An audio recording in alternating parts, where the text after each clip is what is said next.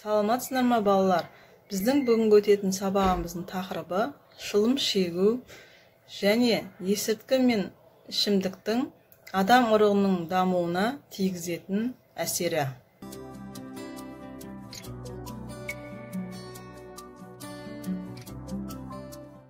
Ұрықтың дамуына көптеген сыртқы және ішкі факторлар әсер етеді.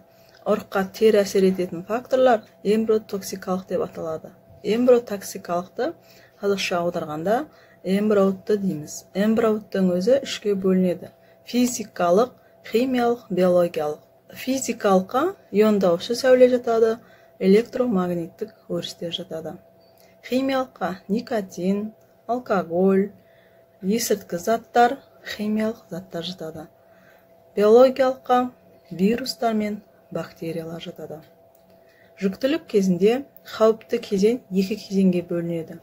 Бірінші кезең бірінші аптаның басы соңы мен екінші аптаның басы жатады.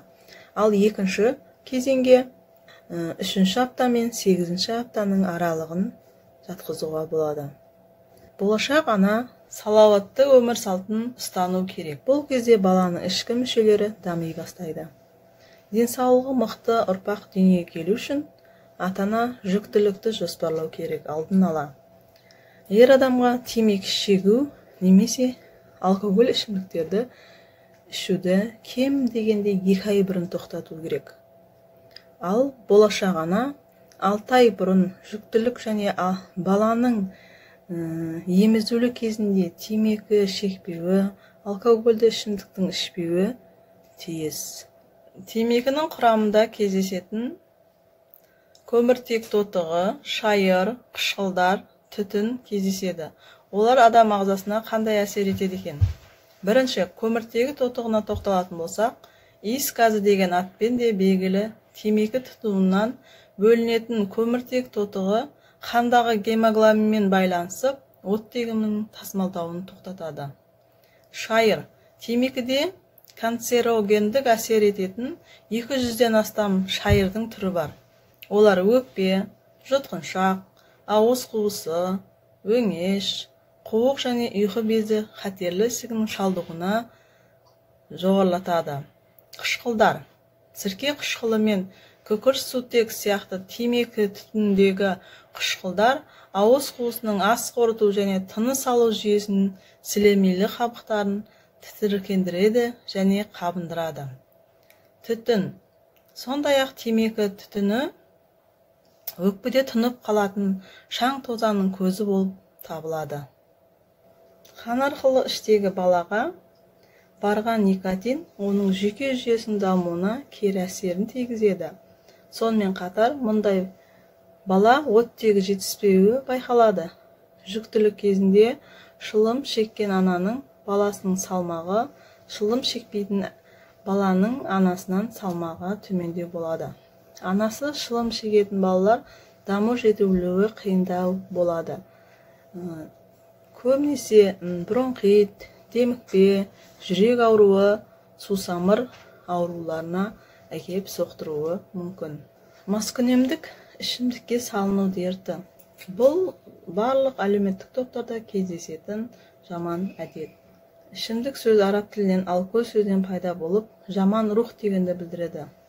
Этанол ең танымал спиртті ішімдіктердің біріне жатады.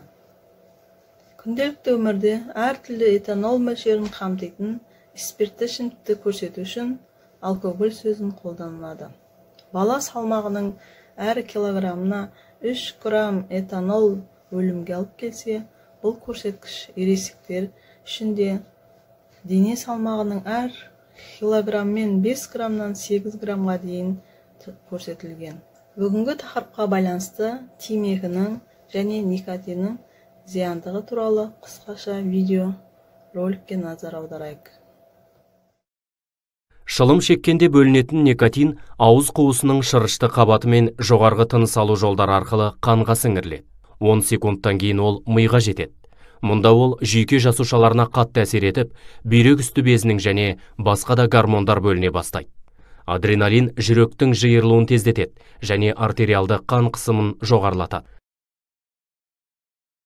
жүрек және қан тамырларының аурулары негізінен қан тамырларда атеросклеротикалық өзгерістер қарқынының артуынан және қан ұйғыштығының ұлғаюынан пайда болады. Қан тамырлары тарылады және өзінің иілгіштігін жоғалтып, ақырында бітеліп қалады. Бұл артериялық қысымның артуына және мүшелердің қанмен қамтамасыз етілуінің төмендеуіне, яғни ишемияға әкеліп соғады. Экстремальды жағдайда екі ғана қан тамырымен, сала тамырымен қамтамасыз етілетін жүректі жатқызамыз. Бұл екі тамырдың таралуынан миокард инфарктісі, яғни жүрек ұстамасы пайда болады. Әрбір темекі инфаркт қаупін жоғарылатады. Себебі никотин жүрекке қан апаратын тамырларды одан бетер тарылтады. Батыс әлемінде жүрек қан тамыр жүйесі аурулары егде жастағы адамдар өлімі себебінің 50%-ын құрайды. Алайда бұл жағдай болғанға дейін ағзаның қызмет етуі қарқынды және қатерлі бұзылып, ми инсультіне, соқырлыққа, аяқ ишемиясына және белсіздікке әкеліп соғады.